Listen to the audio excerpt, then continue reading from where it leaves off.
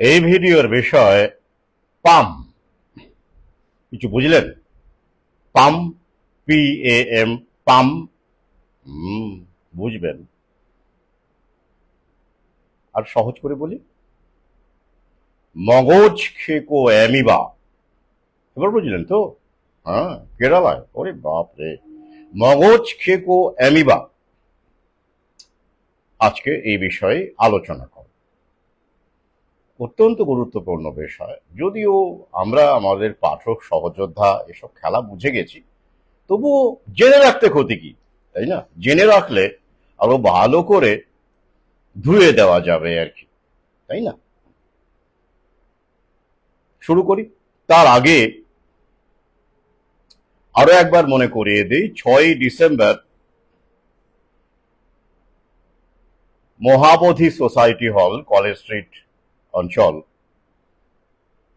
3টে থেকে 6টা আমরা মিলিত হতে চলেছি। মিলন আড্ডা। শত্রু মিত্র সবাই স্বাগত। দূর থেকে আসা সহযোদ্ধা পাঠকদের জন্য থাকার ব্যবস্থা এবং অকপটে জানালে যাতায়াতের খরচও দিয়ে দেওয়া হবে। আমি সেই দায়িত্ব নিয়েছি, বহু আগেই জানিয়েছি। এই সঙ্গে আরো একবার বলি, এই মিলন আড্ডা থেকে আমাদের সঙ্গে পরিচিত হলে, আমরা যারা একসাথে প্রথম থেকে লড়াই করছি, অনেকেই আসবেন। সরাসরি অর্থপ্রাপ্তি হবে না। এখন তো সবাই অর্থপ্রাপ্তি, সরাসরি ভাতা, সুযোগ সুবিধে, মানে এক কথায় অর্থ, নগদ প্রাপ্তির পেছনেই দৌড়ে বেড়াচ্ছে। তবে পরোক্ষভাবে আপনার অর্থপ্রাপ্তি হবে। কিভাবে? অপ্রয়োজনীয় খরচ, অসুখ বিসুখের পেছনে, স্বাস্থ্যের পেছনে, টেস্টের পেছনে, হসপিটালের পেছনে লক্ষ লক্ষ টাকা বেরিয়ে যাচ্ছে আপনাদের। সেগুলো যদি বেঁচে যায়, সাশ্রয় হয়, অনেক সহযোদ্ধায় সাশ্রয় করতে পারছেন, করছেন, ভালো আছেন, সে বিষয়েও আলোকিত হবেন। যেসব ক্ষেত্রে কাজ করছেন এমন অনেক সহযোদ্ধা পাঠক থাকবেন উপস্থিত, তাদের সঙ্গে পরিচিত হবেন, অধমের সঙ্গেও পরিচিত হবেন। আমি প্রথম থেকে শেষ পর্যন্ত, এবং শুধু তাই নয়, তারপরেও, অনুষ্ঠানের পরেও ওই এলাকাতে থাকব রাত্রির অন্তত 10টা 11টা পর্যন্ত। আর যারা থেকে যাবেন তাদের সঙ্গেও সময় কাটানো যাবে। এবারে আসছি আজকের ভিডিওর বিষয়, মগজ খেকো অ্যামিবা। সেটা কি? নেগলেরিয়া ফাউলেরি, এরকম একটা নাম। কি সুন্দর নাম না? হ্যাঁ, বেশ মিষ্টি নাম, দারুণ নাম। আর পাম, PAM, পাম, এই ফাউলেরি অ্যামিবা, হ্যাঁ, এককোষী অ্যামিবা। ভাবতে পারেন কি ভয়ানক হতে পারে এই বহুকোষী পৃথিবীর সর্বশ্রেষ্ঠ শক্তিশালী প্রাণীটির পক্ষে, কতটা বিপজ্জনক হতে পারে এককোষী অ্যামিবা ফাউলেরি। পাম মানে কি? Primary amoebic মেনিনজোএনসেফ্যালাইটিস। মেনিনজোএনসেফ্যালাইটিস শব্দটি আপনারা শুনে থাকবেন, শুনেছেন। কিন্তু তার আগে এই দুটো শব্দের যোগদান ঘটে গেল। প্রাইমারি অ্যামিবিক, যেহেতু অ্যামিবা তৈরি করছে তাই অ্যামিবিক। তাহলে কি হলো? পি, প্রাইমারির পি, অ্যামিবিকের এ, মেনিনজোএনসেফ্যালাইটিসের এম, পাম। ক্লিয়ার? বেশ। তো এই অ্যামিবার নাম আগে কখনো শুনেছেন? শুনেছেন নেগলেরিয়া ফাউলেরি? না, ফাউলেরি শুনেছেন? শোনেননি। ছোটবেলাতে অ্যামিবা ব্যাপারটা শুনেছিলাম, আমাদের পাঠ্যপুস্তকে, বায়োলজিতে আমরা সবাই পড়েছি, কিন্তু আলাদা করে বিপজ্জনক অ্যামিবা এই নামটি এই প্রথম আমরা শুনছি, অকপটে জানাচ্ছি। শুনছি। কেন শুনছি? হঠাৎ করে এই নামটি ওদের দরকার পড়লো কেন? ভাবতে হবে না? ভাবতে তো হবেই। ভাবাই আমাদের কাজ, ভাবানোটাই আমার কাজ, আমাদের কাজ, যাতে করে শত্রু মিত্র চিনতে সুবিধা হয়, পদস্খলন না হয়, ভয় না পাই, প্যানিকগ্রস্ত না হয়ে উল্টো পাল্টা খরচা করে না বসি। তো এই রোগটা কোথায় দেখা যাচ্ছে? কেন কেরালা? বিজ্ঞানসম্মত কেরালা, মার্ক্সবাদী কেরালা। এখনো মার্ক্সবাদী সরকারই ক্ষমতায় আছে। আর কে না জানে মার্ক্সবাদীরা বিজ্ঞানসম্মত। আমাদের রাজ্যেও 34 বছর ছিল, এখনো যিনি আছেন তিনি ওই অনুসারেই কাজ করে চলেছেন, পদাঙ্ক অনুসরণ করে। তো তাহলে শিক্ষা দীক্ষা বিজ্ঞান টিজ্ঞান ছড়িয়ে দিয়ে আমাদের যারা শিক্ষিত হয়েছি তারা অ্যামিবা নামটা শুনে ফেলেছেন ইতিমধ্যে। তো এবার ফাউলেরি নামটা শুনুন, এবং সেটা কত বিপজ্জনক, মগজ খেকো, মানে ওই যে মগজে পৌঁছে যাচ্ছে, কিভাবে পৌঁছে যাচ্ছে অবশ্যই আলোচনা করব, তাহলেই বুঝতে পারবেন খেলাটা কত গভীরে। তো তাই মেনিনজোএনসেফ্যালাইটিস, প্রাইমারি অ্যামিবিক মেনিনজোএনসেফ্যালাইটিস, পাম, মগজ খেয়ে ফেলছে, মৃত্যু হচ্ছে। কেরালায় কতজনের মৃত্যু হয়েছে? এখনো পর্যন্ত 19 জনের আগে মৃত্যু হয়েছে। 69টি কেস, একেবারে কনফার্ম কেস। পাম পাম, জনতাকে পাম দিচ্ছে। আমরা ছোটবেলায় পাম বলতাম, সাইকেলে পাম দিতাম, তাই তো? হ্যাঁ, ওই পামই দিয়ে যাচ্ছে, প্যানিকের পাম। তো কেরালা কেন? দেখবেন খেয়াল করে, করোনা থেকে শুরু করে নিপা ভাইরাস কেরালাতেই। সবকিছু আধুনিক কালে যত ভাইরাস, খতরনাক ভাইরাস, প্যানিকবাজির ভাইরাস আসছে, সব কেরালা দিয়েই শুরু হয়। সব যে কেরালা থেকে ছড়িয়ে গোটা দেশের মানুষকে খাওয়ানো যায় এমন নয়, কিন্তু শুরু হয় কেরালাতে। তারপর কতটা ভয় পাওয়ানো যাবে, কি ব্যাপার, সেটা অন্যরকম ম্যানেজমেন্ট, আন্তর্জাতিক শক্তি, বাজার, সমস্ত কিছু মিলিয়ে পূর্ব পরিকল্পনা, এগুলো উপর নির্ভর করে। যেমন করোনাটা কেরালাতে শুরু হলো, গোটা দেশ গোটা বিশ্ব হয়ে গেল। তো বারবার তো এটা হয় না, কিন্তু প্যানিকটা তো চিকটিকিয়ে রাখতে হবে, তাই কেরালাতেই সব। বেশ ভালো কথা। শিক্ষা দীক্ষা যত ছড়িয়েছে, ওদের শিক্ষা, তত প্যানিক বেড়েছে, তত মানুষ ভয় পেয়েছে, ভীতু হয়েছে। ওই যে শিক্ষকেরা মেনে নিলেন সবকিছু, যোগ্য হয়েও আবার পরীক্ষা দিলেন। কিউরেটিভ পিটিশনের পেছনে আবার টাকা তোলা শুরু হয়েছে। সতর্ক থাকুন, আমার সহযোদ্ধা পাঠক যারা আছেন তারা ভাবছেন যে আবার কিউরেটিভ হয়ে রিভিউ পিটিশন খারিজ হয়ে গেল, বা কিউরেটিভ পিটিশন মাধ্যমে যদি আবার চাকরিটা ফেরত পাওয়া যায়, সে গুড়ে বালি। কিউরেটিভ পিটিশন আসলে কি জিনিস, কাদের জন্য করা হয়েছে, কাদের সুবিধে হবে, কেন করা হয়েছে, কতজন আদৌ সুবিধে পেয়েছেন, এটা নিয়ে পরবর্তীকালে ভিন্ন ভিডিও করব। আপাতত পয়সা করে যতটুকু আছে সামলে রাখুন, বিরিয়ানি টিরিয়ানি খান যদি মনে হয়, তাও ভালো। যদি গরিব দুঃখীকে নাও বা দেন, দেওয়ার ক্ষমতা নেই অনেকেরই হয়তো, কিন্তু অন্তত রেখে দিন। বাচ্চা কাচ্চাকে পুজোতে জামা কাপড় কিনে দেবেন, ছোট দোকান থেকে, ফুটপাত থেকে কিনে দেবেন, তাও ভালো। কিন্তু ওই ফাঁদে পড়বেন না। চাঁদ দেখানোর নাম করে ওরা কিন্তু বহু ফাঁদে ফেলে দিচ্ছে। যাই হোক, পরে এটা নিয়ে আলোচনা করব। তো এই যে মগজ খেকো অ্যামিবা ফাউলেরি, সেটা কিভাবে ছড়াচ্ছে? ফ্রেশ ওয়াটার থেকে। কোন দিকে যাবেন? ফ্রেশেও বিপদ, জলেও বিপদ। কিরকম জল? ফ্রেশ ওয়াটার, মানে লবণাক্ত জলে এই অ্যামিবার সেরকম ভয় নেই। মানে সমুদ্রে স্নান করতে পারেন, সমস্যা নেই সেরকম। কিন্তু পুকুরে, নদীতে, ডোবায়, দিঘিতে, পুষ্করণীতে নেমেছেন কি মরেছেন, ওখান থেকেই তো রোগটা ছড়াচ্ছে। হ্যাঁ, স্নান করতে গিয়ে নাকে জল ঢুকছে,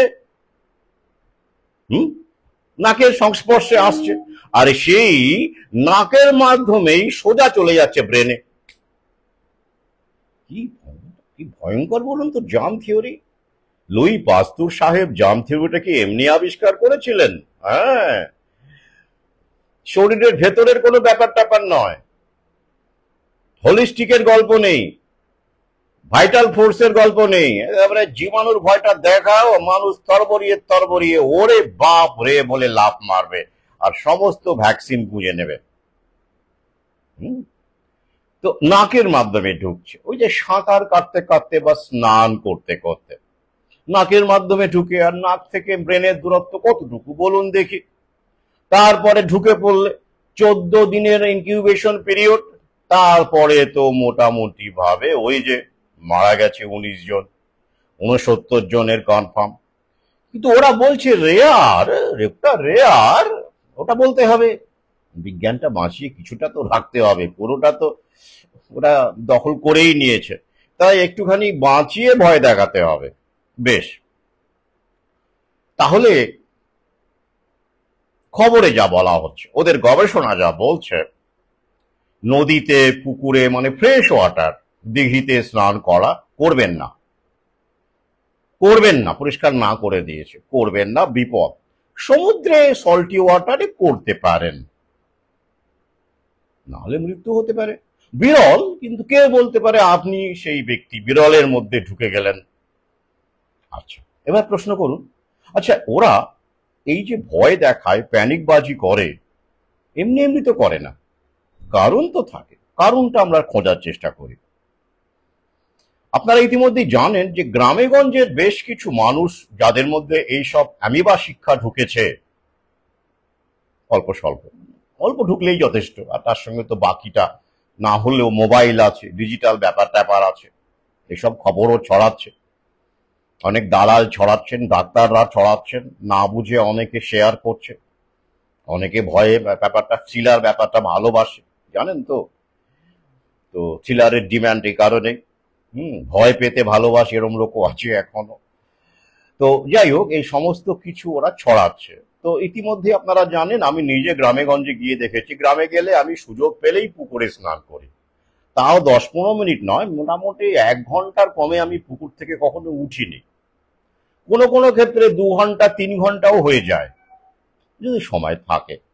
এমনও হয়েছে, আমার সহযোদ্ধা সাক্ষী আছেন যারা আমার ভিডিও শোনেন, যাদের বাড়িতে উঠেছি, রাতে আমি পুকুরে নেমেছি, দিনের বেলা যেহেতু সভা ছিল বা সমিতি ছিল বা অন্য কাজ ছিল, রাতে পুকুরে নেমেছি, পুকুরে নেমে স্নান করেছি, 1 ঘন্টা 2 ঘন্টা, 10-15 মিনিট নয়, সাঁতার কেটে স্নান করেছি, এখনো করি। এই তো কিছুদিন আগেই পুকুরে ঘন্টা 1.5-2 স্নান করে এলাম। ওই আমার তো অ্যামিবা ঢুকলো না, সমস্যা এখানেই, অ্যামিবা তো আমার ঢুকলো না নাকি, এটা একদম লেটেস্ট শুরু হয়েছে নাকি? হ্যাঁ, তাই তো দেখতে পাচ্ছি, লেটেস্ট। তখন তাহলে অ্যামিবা ছিল না, মানে ফ্রেশ ওয়াটারে অ্যামিবাটা ঢুকলো খবর হওয়ার পরে নাকি, না খবর হওয়ার একদিন আগে? টাইম ফ্রেমটা কি? তাহলে এই অ্যামিবা কবে জন্মেছে প্রশ্ন করবেন না? প্রশ্ন করাই তো আমাদের কাজ। এই অ্যামিবা কি সদ্য জন্মেছে? আগে কি পুকুরে জলাশয়ে এই অ্যামিবা ছিল না? ফ্রেশ ওয়াটারে ছিল না? আলবাত ছিল, অ্যামিবা তো বহু আদিকালের গল্প। আর ওরাই বলে আমাদের শরীরে 38 ট্রিলিয়ন ব্যাকটেরিয়া আর 380 ট্রিলিয়ন ভাইরাস আছে। We are made of bacteria and virus, তাই তো? তাহলে একটা আবার পার্টিকুলার একটা অ্যামিবাকে দিয়ে আমাদের ভয় দেখাচ্ছে কেন? যেমন করোনাকে দিয়ে ভয় দেখিয়েছিল। কারণটা এটাই যে গ্রামে গঞ্জে বহু, আমি যে বললাম চাই, মানুষ আর পুকুরে স্নান করে না। কারণ কি মূলত বেশিরভাগ মানুষই বলে ঠান্ডা লাগে। সাঁতার তো ভুলেই গেছে গ্রামের মানুষ, ছেলে পেলে এখন মোবাইল টোবাইল নিয়ে, স্মার্টফোন নিয়ে ব্যস্ত, আর বাবু হয়ে গেছে, ভদ্রলোক হয়ে গেছে, তারা ভেতরেই মানে কলেই টিউবওয়েল আছে অথবা অনেক জায়গায় ওই জল পাম্পও চালু হয়ে গেছে, ট্যাপ ওয়াটারে তারা স্নান করে, শাওয়ারে স্নান করে। পুকুরে নামতে তাদের অনীহা, ঘেন্না কেমন একটা লাগে, নোংরা জল, ভালো না, আবার ঠান্ডা ঠান্ডা লাগবে, সর্দি কাশি লাগবে, অথচ বাপ ঠাকুরদা কাকা জ্যাঠা সবাই ওই জলেই স্নান করেছে। আমার তো মনে পড়ে না পুকুর ছাড়া আমি ছোটবেলায় কোথাও স্নান করেছি। হ্যাঁ, বাড়িতে টিউবওয়েল ছিল, গ্রামের বাড়ির কথা বলছি, কিন্তু পুকুরেই স্নান করেছি আমরা, কখনো টিউবওয়েলে জল তুলে বালতি থেকে স্নান করিনি। তাহলে তখন তো অ্যামিবাটা ছিল না, নিশ্চয়ই ছিল। তাহলে তখন কেন পাম হলো না? তাহলে এই প্রশ্ন করবেন, কবে থেকে অ্যামিবাটার জন্ম হলো? আচ্ছা, বেশ, ফাউলেরি, নেগলেরিয়া ফাউলেরি। আচ্ছা, পরের বিষয়, তাহলে এখন এই যে পুকুরে নামা বন্ধ হয়ে গেছে ঠান্ডা লাগার ভয়ে বা নোংরা বা সাঁতার জানি না, এইবার এই খবরগুলো যদি আরো বাড়ে, এই ভদ্রলোক জনতা গ্রামেগঞ্জের একটা উল্লেখযোগ্য অংশ হয়ে গেছে, এখনো গ্রামে কেউ কেউ পুকুরে স্নান করে, তবু বয়স্ক লোকেরা করে দেখেছি। সাঁতার না কাটুক অন্তত পুকুরে স্নানটা করে একটু সাবান টাবান মেখে গামছা দিয়ে মুছে চলে যায়। ইয়ং ছেলেদের মধ্যে আমি কাউকে পুকুরে নামতে দেখিনি, বেশিরভাগ মধ্যবয়স্ক এবং বৃদ্ধদেরই আমি নামতে দেখি গ্রামেগঞ্জে গেলে। তো এবার এই ইয়ং জেনারেশন তো এমনিতেই তো বুঝতেই পারছেন কোথায় গেছে। তো এই ভয়গুলো যদি আরো দেখানো যায় বিভিন্ন কায়দায়, এখনো তো আছে, একদম যে বন্ধ হয়ে গেছে এখন নদী গ্রামে গঞ্জে বিশেষ করে প্রত্যন্ত এলাকায় এখনো ছেলেপেলেরা ঝাঁপায়, কিন্তু যেগুলো একটু শহুরে হয়ে গেছে বা শহরের কাছাকাছি, শহর থেকে দূরত্ব কম, প্রভাবটা অনেকটাই কম, শহুরে প্রভাবটা, সেসব এলাকায় বাচ্চা কাচ্চা এখনো পুকুরে ঝাঁপ দেওয়া আমি দেখেছি। তো এইবার তাদের বাবা মারা লেখাপড়াটা শিখিয়ে দিয়েছে মোটামুটি, তার সঙ্গে মোবাইলটা ধরিয়ে দিয়েছে। এইবার এইসব প্রত্যন্ত এলাকার পুকুর টুকুর গুলো তো এখনো মানুষ স্নান করে, নদীতে নামে, সেগুলোও বন্ধ করতে হবে। কি করে বন্ধ করতে হবে? ফরমান জারি করে, আইন দিয়ে? না, সেটা তো বন্ধ করা যাবে না, কি মুশকিল, আমার পুকুর আমি নামবই, ব্যক্তিগত মালিকের যদি থাকে কোনো পুকুর সে বলতেই পারে, শুনবেই বা কেন মানুষ? তাহলে কি করতে হবে? মগজ ধোলাই করতে হবে, ভয় দেখাতে হবে। বেশ, সেটা একটা কারণ। আর পাশাপাশি সবসময় ভয়ে ভয়ে থাকলে জনতা একটু বাধ্য থাকে, একটু বুঝে শুনে চলে। সরকারের বিরুদ্ধে প্রতিবাদ করবে কি, লড়াই করবে কি, ওরে বাবা বেঁচে আছি আমি বা থেকে, এই বাপ রে বাপ কি ভয়ঙ্কর বাঁচা, বেঁচে গেছি, সেদিকে তো পুকুরে স্নান করলাম, বাপ রে আর নামবো না, এই জায়গাটা তৈরি রাখতে হবে। তাহলে কেন এটা ওরা করছে বলুন দেখি? পুকুরে স্নান করলে ওদের কি? অনেক কারণ আছে।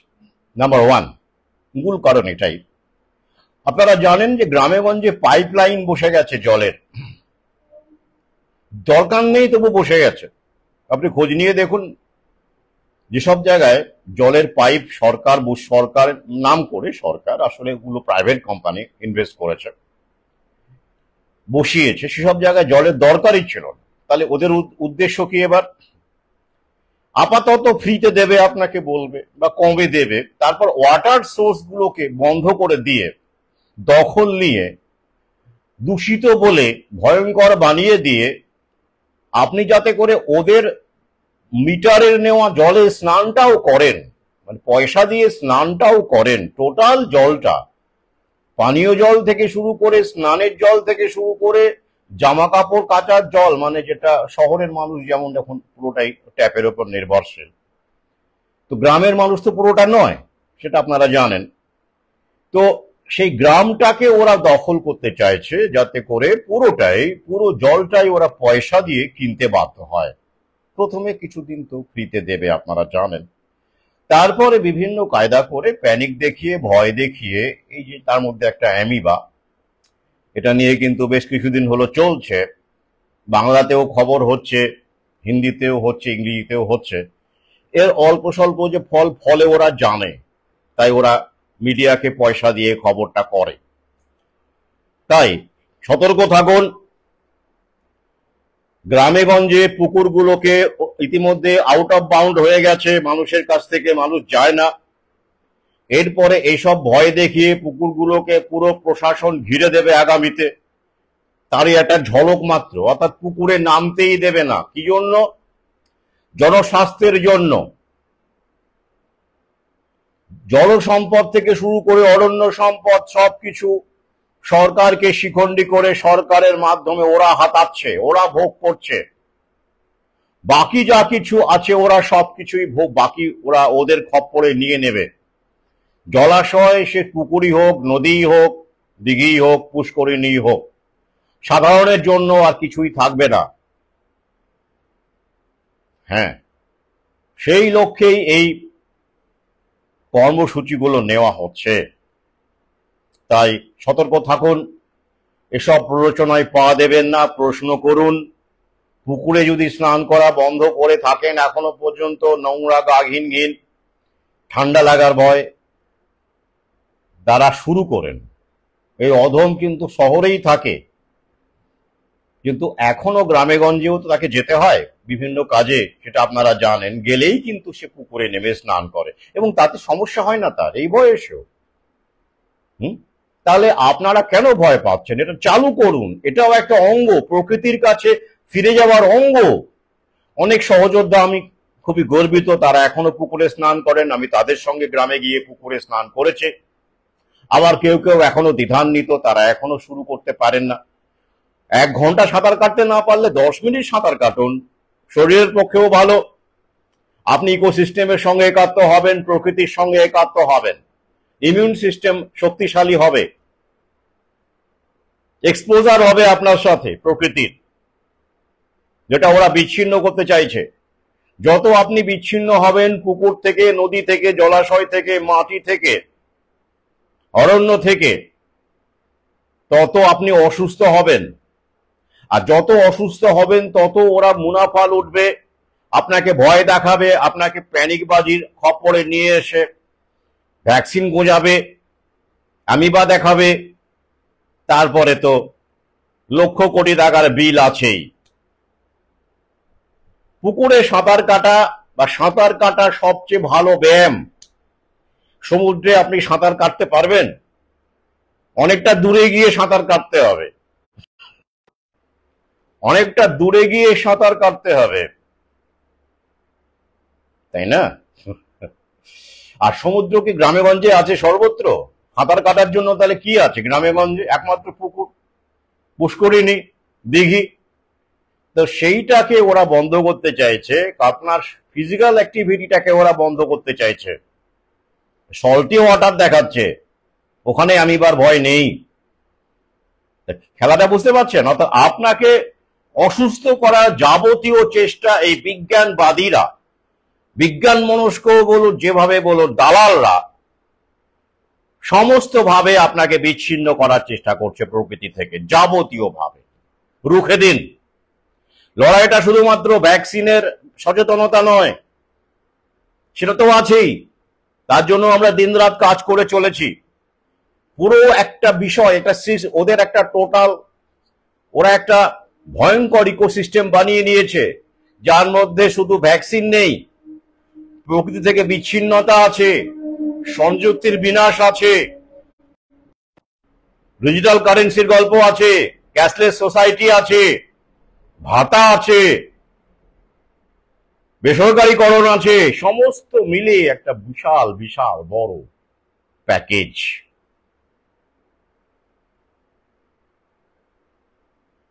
গেল।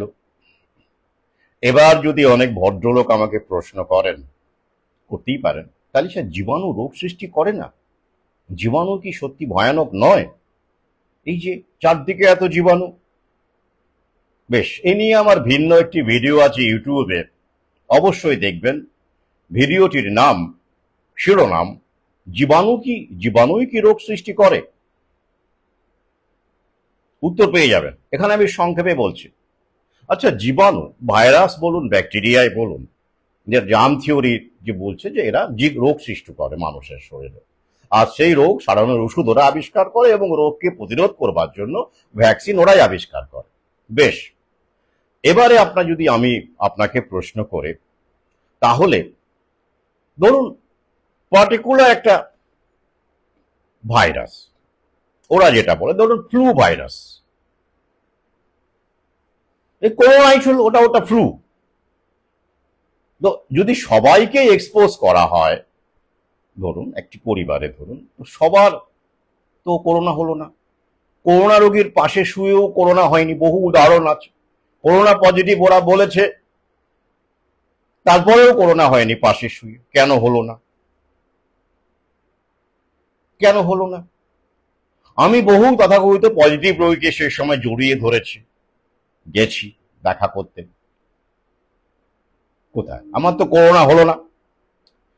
তাহলে জীবাণু যদি রোগ সৃষ্টি করে, এটা যদি আমরা ধ্রুবক হিসেবে ধরি, তাহলে সবারই হওয়ার কথা, সবারই হচ্ছে না কেন? অর্থাৎ জীবাণুটা আপনি এক্সপোজড হলেও আপনার কেন রোগ হচ্ছে না? কিন্তু আগুনে যদি আপনি সবাই হাত দেন, তাহলে আগুনে হাতটা পুড়বে কি পুড়বে না বলুন? আপনি ভারতে বসে ভারতীয় হিসেবে আগুনে হাত দিলেন, দাও দাও করে আগুন জ্বলছে, আপনি হাত দিলেন, একটা নির্দিষ্ট কয়েক সেকেন্ডের উপরে রাখতে হবে, সরিয়ে নিলে হবে না। তো সেইখানে আপনার হাত পুড়বে কি পুড়বে না? পুড়বে।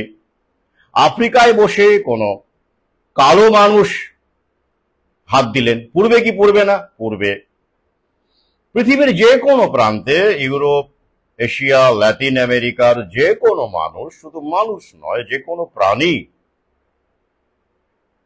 যদি সেই আগুনে তাকে রাখা হয় বা আগুনে সে হাত দেয়, সে ঝলসে যাবে, সে পুড়ে যাবে। এটা বিজ্ঞান। কারণ এখানে কোনো ব্যতিক্রম হচ্ছে না। এটাকে আমরা ধ্রুব সত্য, পার্থিব ক্ষেত্রে অন্তত ধ্রুব সত্য হিসেবে মানতে পারি যে আগুনে পুড়ে যায় মানুষ। কিন্তু জীবাণু রোগ সৃষ্টি করে, সেটা কি একই রকম ভাবে ধ্রুব সত্য হিসেবে বলা যাচ্ছে? যাচ্ছে না। কারণ কারো হচ্ছে তো কারো হচ্ছে না, তাহলে ধ্রুব সত্য নয়। আগুনে আমি আপনি রাম শ্যাম যদু মিলে হাত দিলাম, সবার হাত পুড়লো, কিন্তু রামের ফ্লু হলো একই পরিবেশে থেকে, এক্সপোজড হয়ে, শ্যামের হলো না, আমার হলো না। কেন হলো না? তাহলে ব্যাপারটা একরকম নয় তো। ওরা একরকম ভাবে বলার চেষ্টা করে, ধ্রুবকের মতো বলার চেষ্টা করে। যেমন আগুনে হাত পড়ে, তেমন ভাইরাসে রোগ তৈরি করে, ব্যাকটেরিয়াতে রোগ তৈরি করে, সৃষ্টি করে, প্যাথোজেন রোগ তৈরি করে। ওরা এমন করেই বলে, বাস্তবে সেটা নয়। তাহলে কেন হচ্ছে না প্রশ্নটা করবেন না? কেন হচ্ছে না সবার? উত্তরটা ভাইটাল ফোর্স। ভাইটাল ফোর্স যেটা হোলিস্টিক মেডিসিন, সেটা হোমিওপ্যাথি বলুন, আয়ুর্বেদিকও বলুন, সেখানে দেখবেন আয়ুর্বেদেও জীবাণুর গল্প বলে না? বলে। হিপোক্রেসিসের সময় জীবাণুর গল্প ছিল না? ছিল না। এসব জীবাণুর গল্প এবং জার্ম থিওরি সব জায়নিস্ট অভ্যুত্থানের বা দখলদারির সঙ্গে যুক্ত। জার্ম থিওরি লুই পাস্তুরের সময় কালটা দেখুন তো। বায়ুপিত্ত কফ, তার ব্যালেন্স আয়ুর্বেদে, ওটাকেই হোমিওপ্যাথি বলছে ভাইটাল ফোর্স, ব্যালেন্স, ভারসাম্য। হ্যাঁ, একই জিনিস ঘুরিয়ে ফিরিয়ে বলা। ভারসাম্যহীনতা যদি এদিক ওদিক হয়ে যায়, যেটাকে বলা হয় হারমোনি, একটা সামঞ্জস্য, সেটা যদি এদিক ওদিক হয়ে যায়, যেটা হোমিওপ্যাথির ক্ষেত্রে ভাইটাল ফোর্স, যেটা চালিকা শক্তি, তবেই রোগ হয় আপনার, তবেই আপনি অসুস্থ হন। জীবাণুর সঙ্গে সম্পর্ক নেই, এটাই মোদ্দা কথা। আয়ুর্বেদেও তাই বলে। এই কারণে আয়ুর্বেদ ওদের শত্রু, হোলিস্টিক। হোমিওপ্যাথি ওদের শত্রু, হোলিস্টিক। এমনকি মডার্ন মেডিসিন, যার নামে শপথ করে ডাক্তারেরা মুনাফা কামায়, হিপোক্রেটিক ওথ, সেই আদিপিতা হিপোক্রেটিস, তিনিও হোলিস্টিকের কথাই বলে গেছেন, ওষুধ খেতে বারণ করে গেছেন, কেমিস্ট শপে যেতে বারণ করেছেন, খাদ্যের কথা বলেছেন। লেট ফুড বি দাই অনলি মেডিসিন, তাই তো? তাহলে এগুলো কেন করা হয়? ওই যে, যদি কোনো সুচিকিৎসক আপনাকে বলে আপনি ব্যায়াম করুন, ফিজিক্যাল অ্যাক্টিভিটি করুন, ঠিকঠাক করে খাওয়া দাওয়া করুন, এই করুন সেই করুন, আপনার ভাইটাল ফোর্স ঠিকঠাক থাকবে, এতে করে তার ব্যবসা হবে।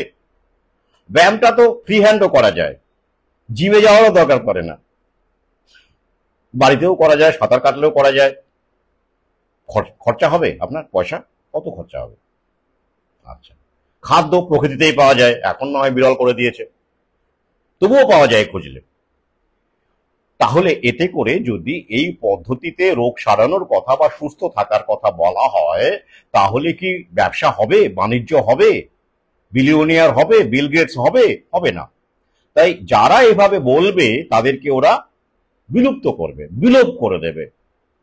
তাই হোলিস্টিকের গল্প বললেই আপনি ওদের শত্রু। তাই সব সময় প্রশ্ন করবেন, যে তুলনাটা ওরা দেয়, বিজ্ঞান বলে চালায়, ল্যাব টেস্টেড বলে, তার মধ্যে একটা ফাঁক আছে। সেই ফাঁকটা আমি আরো একবার বলি। পার্থিব ধ্রুব সত্যের উদাহরণ, আগুনে হাত দিলে হাত পড়ে, তার সাথে জীবাণুতে এক্সপোজ হলেই অসুখ হয় এমনটা মেলে না। কারো হয়, কারো হয় না। তাহলে যদি সবার ক্ষেত্রেই যদি হতো, তাহলে বুঝতাম যে হ্যাঁ, আগুন যেমন সবাইকে পোড়ায়, জীবাণুও সবাইকে অসুস্থ করে। করে না তো, চোখের সামনেই দেখতে পাচ্ছেন। তাহলে বুঝতে হবে আপনার ভাইটাল ফোর্সের যে হারমোনি, সেটাতে যখন ব্যাঘাত ঘটে, তখনই বায়ুপিত্ত কফের যে ভারসাম্য, আয়ুর্বেদ যদি হয়, তখনই আপনি অসুস্থ হন। তার জন্য জামকে দায়ী করে লাভ নেই। সেটা একান্তই বাহ্যিক গল্প, এটা ওদের আবিষ্কার। মুখ্য শত্রু নয়, মুখ্য শত্রু আপনার ভেতরে আছে, ওটা গৌণ। আপনি শক্তিশালী থাকলে আপনার শরীরে জীবাণু কি করবে মশাই? আপনার শরীরেই তো জীবাণু আছে। ওই যে 380 ট্রিলিয়ন ভাইরাস আর 30 ট্রিলিয়ন ব্যাকটেরিয়া আপনার শরীরের মধ্যেই তো আছে। ওরা বাইরে থেকে ঢুকছে নাকি? দরকারই নেই বাইরে থেকে ঢোকার, মধ্যেই আছে। তাহলে আপনি এমন অসুস্থ হচ্ছেন না ভেতরে থাকা সত্ত্বেও। ব্যালেন্স আছে বলে, আপনার ভাইটাল ফোর্স ঠিকঠাক ফাংশনাল আছে বলে। এর কিন্তু ব্যাখ্যা নেই, চোখে দেখা যায় না ভাইটাল ফোর্সকে, আমরা ঈশ্বরের মতো spiritual, but a power, it exists, but you cannot see it, you can only feel it in your body, in your mind. তো তখন যখন আপনার ওই ফোর্সটা দুর্বল হয়ে যাবে, হারমোনি চলে যাবে, তখনই এইগুলো প্রকট হবে। তখন ওরা বলবে এই জীবাণুর জন্য আপনার হয়েছে, ওই জীবাণুর জন্য আপনার হয়েছে, এই জন্য হচ্ছে, এই হচ্ছে, সেই হচ্ছে। ফাউলেই বাপরে, এটা তো আবার মানে খবর, ওরা তো বানানো খবর ওরা বলছে, বা এই তার উপরে তো আবার ঢপবাজিও আছে। এটা তো একটা জাম থিওরির বাস্তবতাটা আপনাদের সামনে বললাম, তার উপরে আবার ঢপের খবর, ফেক খবর আছে, সেগুলো তো আছেই আছেই, কিন্তু আরো বাড়বে আগামীতে প্যানিকবাজির জন্য। কিন্তু মুদ্রা ব্যাপারটা এটা বোঝার চেষ্টা করুন যে আপনার শরীর শক্তিশালী থাকলে, সুস্থ থাকলে রোগ ব্যাধি আপনার হবে না। ওটাই হচ্ছে মূল কথা। জীবাণুর ভয়, বাইরের ভয়টা পাবেন না।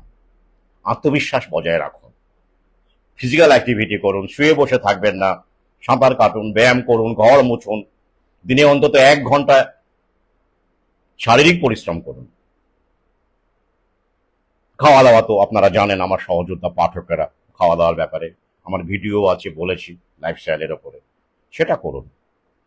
তাহলে দেখবেন আপনার অনেক খরচ বেঁচে যাবে, অনেক অর্থ বেঁচে যাবে। পরিশেষে এই ধরনের প্যানিকবাজি আগামীতে আরো বাড়বে। মানুষকে প্রকৃতি থেকে বিচ্ছিন্ন করবার জন্য যে ডাব নিয়ে আগে আমি একটা পোস্ট করেছি, এখন প্যাকেজড কোকোনাট ওয়াটার পাওয়া যাচ্ছে আমাজনে বা বিভিন্ন সাইটে। ওই ডাব খেলে নাকি, প্রাকৃতিক ডাব আপনি যদি খান যেভাবে আমরা খেয়ে থাকি, ওটা নাকি ক্ষতিকারক। ডেনমার্কে নাকি মারা গেছে। প্রতিটি এই প্যানিকবাজির পেছনে একটি উদ্দেশ্য থাকে, বহুমুখী উদ্দেশ্য, কিন্তু মূল উদ্দেশ্য ভয় দেখানো। ভয়, তারপরে কি মুনাফা সেটা তো আপনারা জানেন। ভয় দেখানো এবং প্রকৃতি থেকে বিচ্ছিন্ন করা। ওখানে ডাব থেকে বিচ্ছিন্ন করছে আপনাকে, তাহলে ওদের কোকোনাট ওয়াটারটা বেশি বিক্রি হবে, প্যাকেজড ওয়াটার, আর আপনি ভাবেন দারুণ ব্র্যান্ডেড খাচ্ছেন, দারুণ স্বাস্থ্য। তো একই রকম ভাবে পুকুর থেকে নদী থেকে বিচ্ছিন্ন করলে ওদের জলটা বিক্রি হবে আগামীতে, ভালো পয়সা দিয়ে কিনবেন আর স্নান করবেন, আর আপনার ব্যায়ামটা বন্ধ হয়ে যাবে, পুকুরের সঙ্গে আপনি বিচ্ছিন্ন হবেন, আপনি অসুস্থ হবেন, সাঁতার কাটা বন্ধ হয়ে যাবে, আর ওরা সেগুলো দখল করবে